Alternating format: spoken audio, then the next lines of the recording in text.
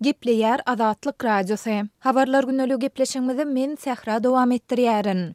Aşgabatyň gündogorundaky Änew şäherçesiniň iň köp ilatly punktlarynyň biri hasaplanýan Mawtumuly etrapçasyndaky köçeleriň biriniň indi ençeme ýyl bäri bejerilmeýändigine, onuň gyşyna läbik tomsuny tozan bolup durýandygyny Azatlyk Radiosynyň Aşgabatdaky habarçylarynyň biri habar berýär. Çagyl gum dökülen bu köçe gyşyna ýagyş gar ýagandan soňra läbik palçyga çümýär. Bu etrapçada ýaşaýan adamlaryň aglabasy Aşgabada ýa-da Änew şäherçesine işe gatnaýar. Adamlar güýz-gyş aýlarynda bu palçygyň içinden ýörep, awtobus durulgasyna gitmeli bolýandyklaryny aýdyp şikayet edýärler diýip, bu etrapçanyň ýaşaýjylarynyň ençemesi bilen söhbetdeş bolan Azatlygyň habarçysy anonim şertde 14-nji fevralda gurrun berdi. Onuň sözlerine görä bu köçeden ulagly geçmek hem çykalga däl, sebäbi ondan bir gezek geçseň ulagyň tutuşlugyna laý palçyga çümýär. Palçykly hapa ulagy bilen bolsa şäher merkezine ýa-da Aşgabada girseň polisiýanyň ýol gözegçiligi gullugynyň işgärleri destine jerime salýarlar. Ulagy her gün ýuwmak hem amatly däl, şonuň üçin adamlar piýada gitmäge mejbur bolýarlar diýip habarçy bellidi. Habarçy bu köçäniň ýerleşýän territoriýasynda döwlet tarapyndan 2012-nji ýylda köp gatly ýaşaýyş jaýlarynyň guruluşynyň başlanandygyny, ýöne bu guruluşyň henide çenli tamamlanmaýandygyny hem aýtdy. Bu etrapçadaky jaýlaryň guruluşy mundan 3-4 ýyl çemesi ozal towtadyldy. Guruluşyk towtan üçin ýoly bejermek işlerine asla da girişilmedi diýip habarçy aýtdy. Habarçynyň sözlerine görä aglawa howly jaýlaryň ýerleşýän bu etrapçanyň ýaşaýjylary köçäniň bejerilmegini haýyş edip ýerli häkimetlere bir näçe gezek ýüzlenseler-de netije alyp bilmändirler.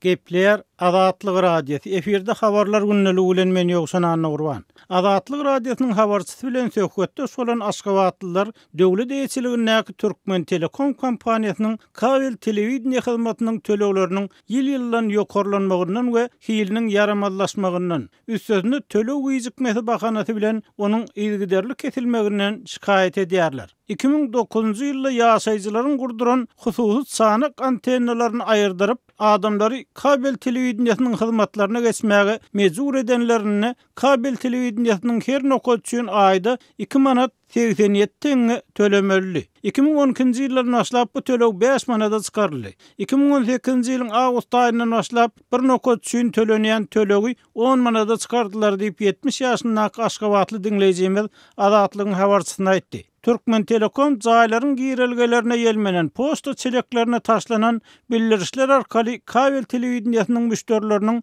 töleglerini aýy-aýy tölemeligini ýogsa onuň kesiljekdigini uýdurýar. Tölegler her aýyň başynda tölemeli. Eger fevralyň 1-ne tölegin tölenmedik bolsa, onu şol gün kesýärler. Emma tölegini tölen wadyna kabele birikdirmän 2-3 gün garaşdyrýarlar. Iň ýaman tölegin tölenen wagtynda hem kabelin kesýän wagtlary bolýar. Emma barsaň ýalňyşlyk goranır, sereder diýip ýene 2-3 gün telewizorsyz goýýarlar diýip adynyň aýdylmalygyny soran 70 ýaşly pensioner aýtdy.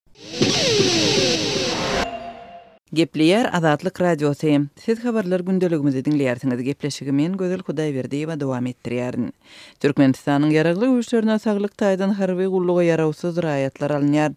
Häzirki wagtda ýurtda harby gulluga baharky çağırışa taýýarlygyň çäginde gulluga alynjaklaryň medisina barlyklary ýamalaşyrlar.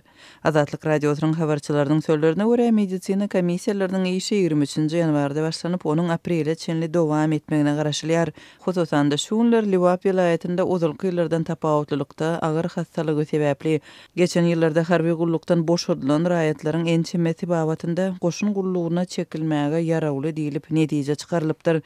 Biz olary kabul etmeli, bizi almaga mejbur edýärler, sebäbi goşunyň düzüminde esker ýetmeýär diýip Azatlygyň habarçysy Liwap vilayetiniň harby wekilçiliginiň işgärini tesirleýär.